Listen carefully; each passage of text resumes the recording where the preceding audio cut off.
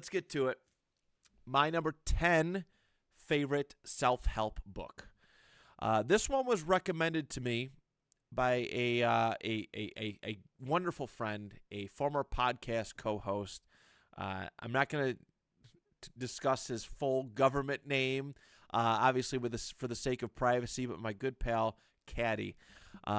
We had a lot of great times together podcasting, but in 2022, when I hit my rut, I posted something out there. I posted something on Facebook asking people for their best self-help book recommendations. And he sent me this one. It's called Journey to Ixtlan, and I'm sure I pronounced it wrong. But it's by a guy by the name of Carlos Castaneda. And this was one of the very first books that I read in my journey of becoming better with mental health. It was unique. It was different.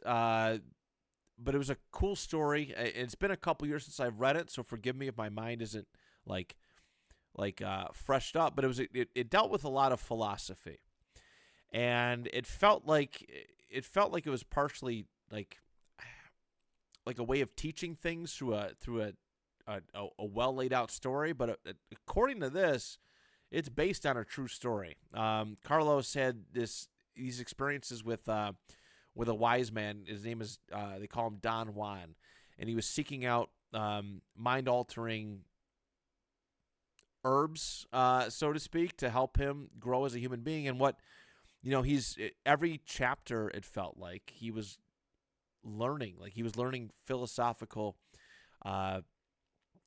just ways to be better from a philosophy standpoint in every single chapter. And it was really cool because after a while I started to read between the lines a little bit. I started to pick up and notice things that maybe weren't being said specifically in the book. But I looked at I started seeing the world a lot differently just through this. I started seeing, omens. All right, omens. There's no coincidences. That's an omen. That's looking for that sort of thing.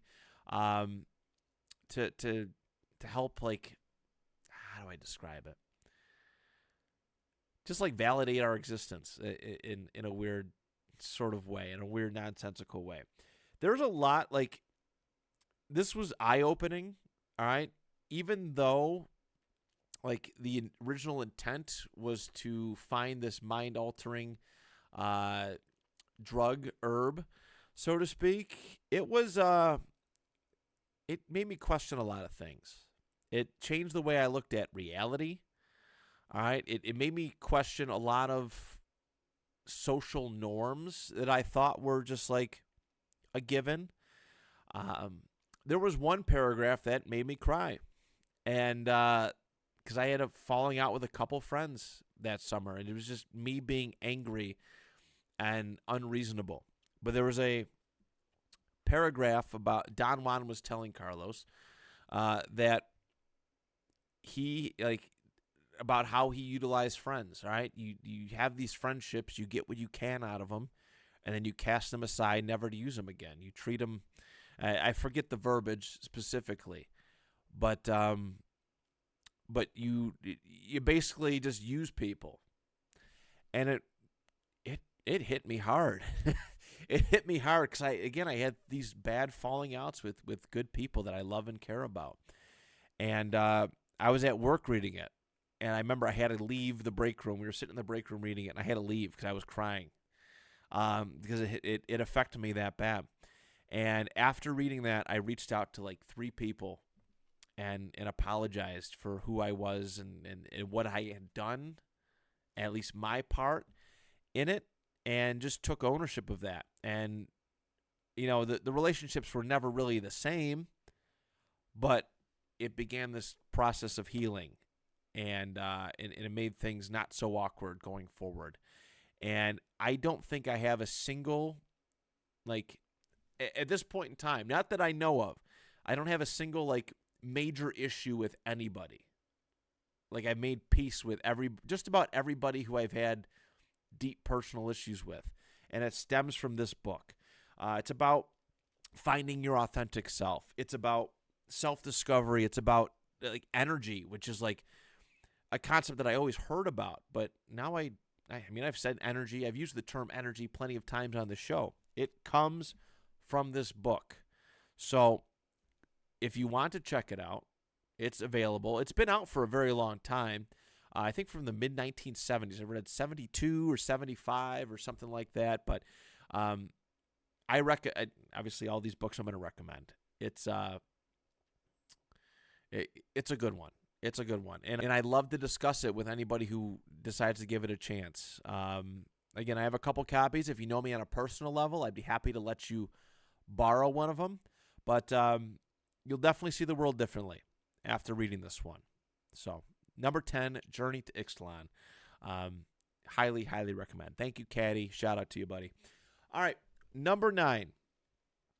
I don't like to swear on this show, but I have to read this for the sake of this title.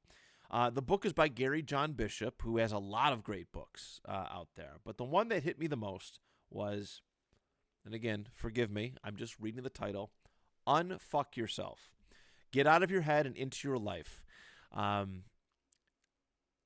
had a friend, former user of my podcast studio, her name was Jessica, who seen my Facebook post asking for self-help book recommendations and let me borrow it. And wow, what a great book this was. He used strong language, obviously, with the title. Used strong language to get his point across, and he did a really good job. And the thing I liked about it a lot, too, was it was mostly reading, but it was also part workbook, too. Like, I thought he blended that really nicely. All right, here we go. I'm gonna spit some truth on you, and here's a little workbook aspect of it. Here's something that you can do to accentuate these lessons and work on yourself. And actually, there's like 2 books that did that. I was very, very impressed. But this book, I'm not going to say the title too many times. I don't know what YouTube rules and regulations are when it comes to that sort of thing, but the big lesson that I took from it was taking ownership. All right, that accountability list that I did last Monday. Got a lot of that from this book. All right, this is another one of the first ones, one of the early ones that I read to help myself start taking the necessary steps to be a better person, taking ownership of what I was doing, how I was treating people, and my past, and there's so much growth came from it. I did try, because of how good that was, I did look at a couple other Gary John Bishop ones, and one of them was, I forget what it was called, but it was mostly workbook stuff, and I didn't vibe completely with that. I want to read and absorb information and be told brutally honest stuff. But this one was great. So I'm putting this one at number 9. Is the Unf Yourself, Get Out of Your Head and Into Your Life. You can find it anywhere. I've seen it at Target, at Barnes & Noble, like Walmart. It's everywhere. It's an easy find. It's got such a catchy title to it that it's just out there in the open. It's a popular book. Probably his best-selling one. I don't know that for sure, but that's my number 9. Number 8. This one is called The War of Art. Yes, I said that correctly. The War of Art. And this one was suggested to me by my good friend, Dan. And Dan knew what I was going through. This was another early self-help book. And actually, this might have been the first one that got me started on my journey. Because of that weird 2022 year, where I was feeling some type of way creatively, too. Like it was affecting how I was doing creatively with my podcast. He gave this book to me. Let me borrow it. And I read it, and I didn't know what to expect from it. But there was, not only did it help me creatively, but it helped me with life in general.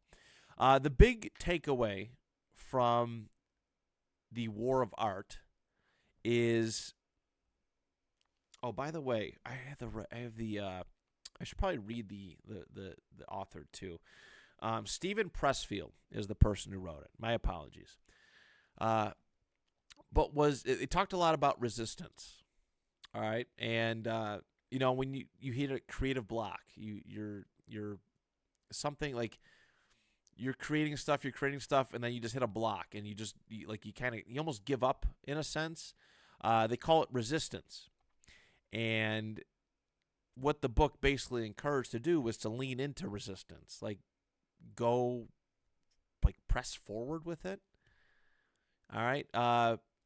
Basically, if there's something you don't want to do it. Is the basic sum of it. And I apply that to my artwork. All right. There's stuff that and obviously there's artwork, like I draw, but I apply that to the various arts that I have. And basically what it is like there's something that I think I should be doing, but choose not to do it. I should do it. All right. Therefore, expanding what I do. My biggest fear right now, aside from like putting my face out on the videos, is putting my face on shorts. And I know I could do more with that because they usually get good numbers.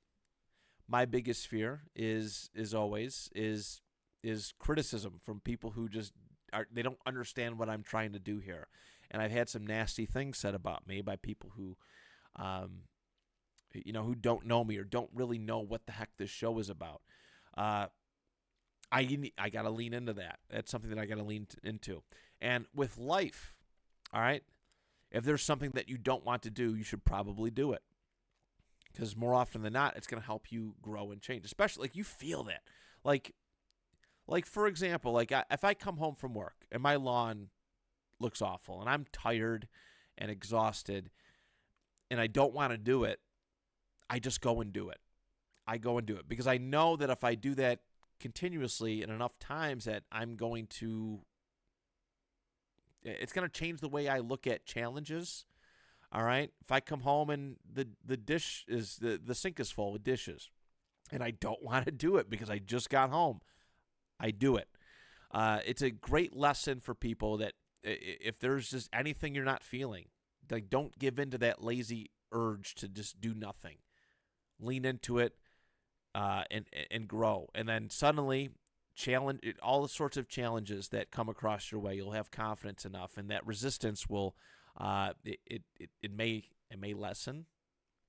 All right, it may not be as much of a resistance, but yeah, lean into it. Dan, thank you for that book. That was a wonderful read, and I'm very grateful for it. Number 7.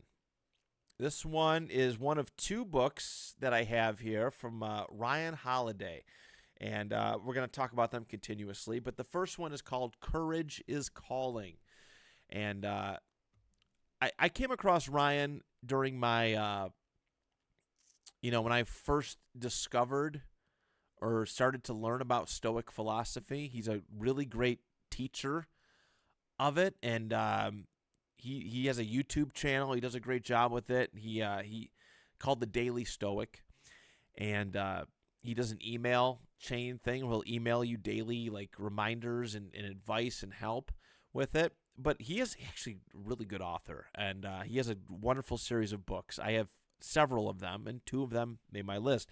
The first one is Courage is Calling, and it was about, like, kind of about, like, take the lesson of leading into resistance from the War of Art and developing self-confidence, developing, like, in that there's a lot of people who have confidence issues, and they cheat themselves out of life experiences because of that. All right, like, looking danger, like, right in the eye. All right, just looking at it right in the eye, looking at resistance right in the eye. And just going after things. All right. If the job that you think that you want or you do want, but you also think you won't get, so therefore you won't apply, just doing it anyways. All right. Just overcoming the fear of rejection and all that, and just diving headfirst into these things. It was a nice quick read. I think it was only like 200 something pages, maybe a little bit more than that. But I love Ryan Holiday's work. It is he takes like a different avenue, like a different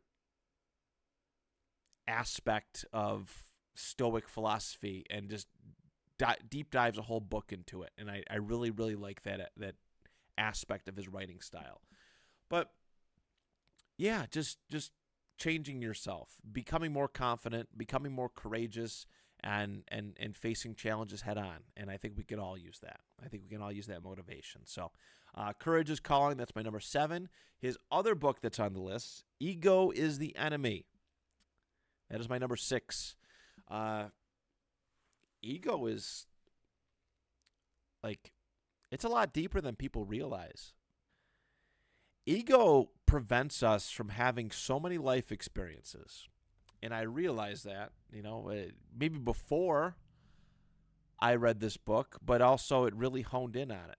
It's like ego prevents us from so much in life. It prevents us from ego is arrogance. All right. There's a lot of people who do something and think that they're the best at it, and they stop learning and stop becoming better. All right.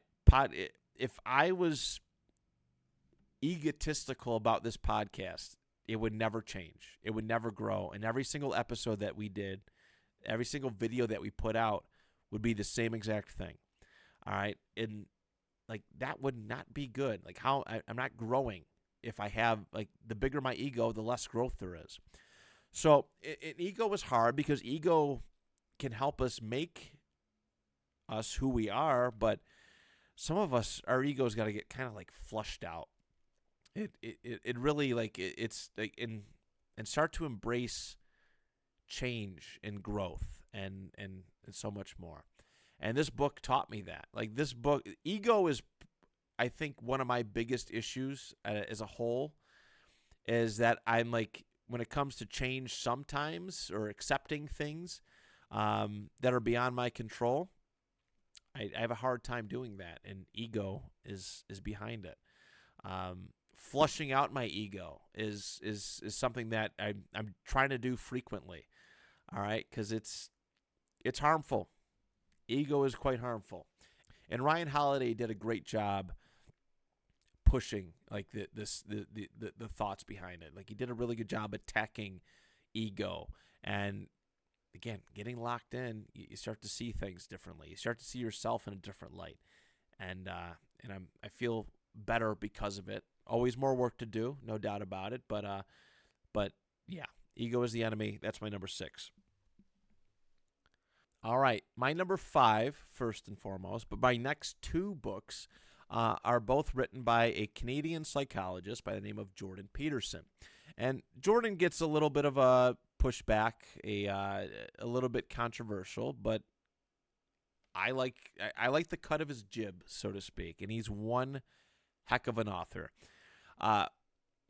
This one is Beyond Order, 12 More Rules for Life. The next one is the first book. This is the second book. I'm going to start off with that one. This show is very, very heavily influenced by his writing style. All right. Some of these, especially Mirrorless Monday videos, I have something and I tell a personal story about it. Sometimes I'm a little bit more open than maybe I should be, but it shows that, at least from my perspective, that it shows that I'm not just spewing bullshit out of my mouth. That's my second swear word of this video. But like I'm putting a personal touch on what I'm preaching about to find some sort of relatability. Jordan Peterson does that in the 2 books of his that I've read. And I'm going to run through his rules, so to speak. All right, I'm going to run through his rules really quickly, and I'm not going to delve too much into them. That's if you want to pursue and learn and understand what he's trying to talk about, go buy the book. They're really good. I promise you that. All right, so this is his second book, these 12 More Rules for Life. Here they are. Do not carelessly denigrate social institutions or creative achievement. Imagine who you could be and then aim single-mindedly at that. Do not hide unwanted things in the fog. Notice that opportunity lurks where responsibility has been abdicated. Do not do what you hate. Abandon ideology. Work as hard as you possibly can at least one thing and see what happens. I talked about that in Lessons from the List. Try to make one room in your home as beautiful as possible. I also talked about that one in Lessons from the List. If old memories still upset you, write them down carefully and completely. Plan and work diligently to maintain the romance in your relationship. Do not allow yourself to become resentful, deceitful, or arrogant. And be grateful in spite of your suffering. All right? He attaches a long-winded personal story to every single one of these rules. And it is done masterfully. Like every chapter is something different. Every chapter is one of these rules.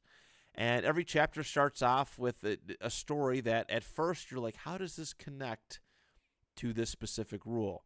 And he does such a masterful job of making it make sense by the end of the chapter. And you have a very insightful look at what he's trying to promote, to push, to discuss. And I think it's worth a read for each and every single one of you. I think they're great rules. All right, they're great rules, and there's a lot there. There's a lot there. So that is my number 5. My number 4 is his first of these books. He might have. I'm sure he has quite a few books, but his original 12 Rules for Life. I read them in sequential order, but I like the first one quite a bit. So here are his original 12 Rules for Life. Stand up straight with your shoulders back. Treat yourself like you are someone you are responsible for helping. Make friends with people who want the best for you. Compare yourself to who you were yesterday, not to who someone else is today. I know I've talked about that on this show plenty of times. All right. Do not let your children do anything that makes you dislike them. Set your house in perfect order before you criticize the world. Pursue what is meaningful, not what is expedient. Tell the truth, or at least don't lie. Assume that the person you are listening to might know something you don't. Be precise in your speech. Do not bother children while they are skateboarding. Pet a cat when you encounter one in the street. All right. Some of it's like, whoa, what? It doesn't make sense. Trust me, when you look at it from a broader view, you come into these books with an open mind, it will change your perspective on things. And these rules will certainly make sense. They've done a lot of good for me. That is my number 4.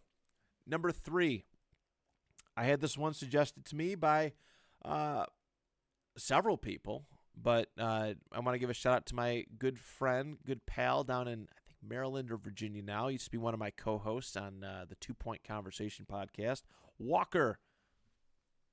All right, he recommended to me "Can't Hurt Me" by David Goggins, and David Goggins is a very, very intense guy. And if you are on the YouTube like motivational video or shorts like game, you've probably seen him. He's probably watched a video of him swearing or just being super, super intense. He's told his life story plenty of times. And much like Jordan Peterson, he wrote a whole book about his life and used it as an example that you can change and you can do better. It doesn't matter how bad it gets, how bad your life gets, there's always an opportunity to turn around. It's extra cool that he is from like the Western New York area. Like he was born and raised in Williamsville, which is about half an hour ride from where I currently live. But he talks about his time. He eventually moved to Indiana to get away from an abusive father. And, you know, he got really heavy and he became like this fitness guru where he's out running every single day and he doesn't put limitations on what him and his body can do. He's like running these full marathons, or I don't even know what they're called, but these like lot of mile challenges where you're running for like 24 hours. It's insane. He accomplished this chin-up challenge that he failed at several times before he finally accomplished it, pushed his body to the absolute limits of his potential, and he still continues to work hard at that. He's a military guy. I can't remember which branch of the military that he participated in, but dude's insane. And when you read this, you want to like go run. Like you'll start to adapt and stop making excuses for life changes. And he does a good job, just like Gary John Bishop did for our number 9 entry. But after every chapter, telling you what to work on or giving you some homework to do in between. And it's really good. I believe he has a second book out. I have not had the chance to read it yet, but Can't Hurt Me was a very, very good, very great inspirational read. And he has a wonderful story, and yeah, he'll make you want to do things that are just like you would never thought you would be interested in doing. Very, very motivational. So that's my number 3. So my number 2 is I actually brought this book here with me, and it's called The 48 Laws of Power by Robert Greene, who's wrote a lot of books, but this one is amazing. And I have to give full credit here to a coworker, a mentor. His name is, we call him Big O around work, all right, around our job.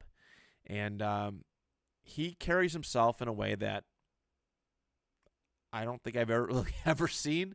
He is a unique cat in the best possible way.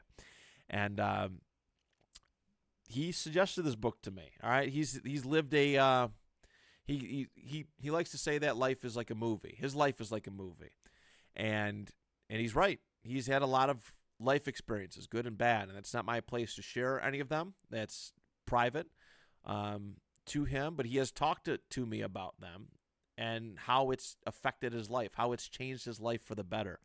And this dude hustles. His hustle game is unbelievable. But he suggested this book to me while I was early on in my self-help book like stage, and I read it and I blasted through it in like 2 weeks, maybe. He called me a nerd for it, but this book is amazing. It's amazing. Like, I don't even list The Art of War on here because 48 Laws of Power like covers basically all of that. It does such a good job. It legit has 48 laws of like chapters.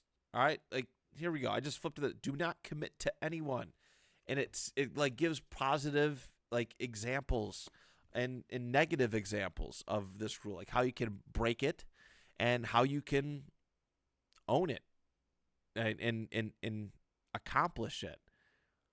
It's really, really an amazing read. It's a very popular book, and many people have read it already. But if you have not, and you're looking to grow and carry yourself differently, all right, present yourself in a different way than maybe you were before, that is a excellent, excellent book to do so.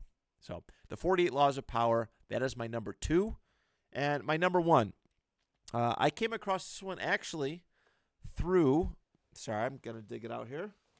I've talked about this one on my book list too, just like 48 Laws of Power. But I came across this one from a YouTube channel that actually, since I've talked about it on my book list way back in February or whenever it was, the channel has stopped posting videos.